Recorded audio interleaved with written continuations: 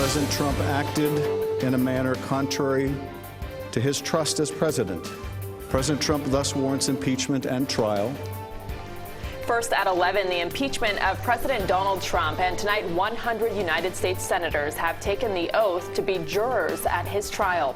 More historic moments carried out on Capitol Hill, and the process has really only just begun.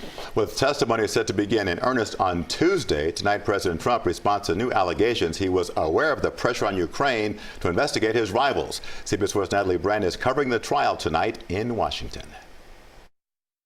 Impeaching Donald John Trump, President of the United States, for high crimes and misdemeanors. The impeachment case is officially in the hands of the Senate after lead manager Adam Schiff formally presented the two articles of impeachment, abuse of power and obstruction of Congress.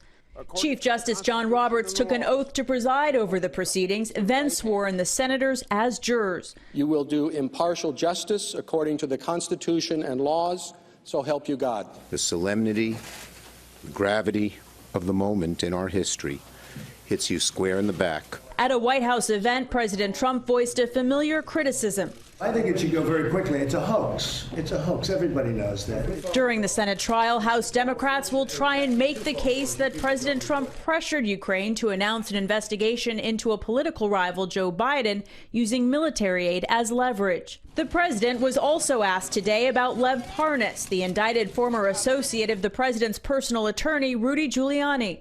I don't know him at all. Don't know what he's about. Parnas, who has provided impeachment investigators photos of himself with President Trump, argues the president knew about Parnas's efforts to pressure Ukraine. That was the most important thing, is for him to stay on for another 4 years and keep the fight going. I mean, there was no other reason for doing it. The White House and congressional Republicans question the credibility of Parnas, who faces charges in a separate campaign finance case. The source of the evidence is at best questionable. The Independent Government Accountability Office today issued a legal opinion that the administration violated the law by withholding the military assistance.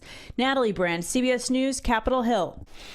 And stay with CBS 4 News and CBSMommy.com for continuing coverage of President Trump's impeachment trial as the Senate prepares to begin hearing testimony on Tuesday.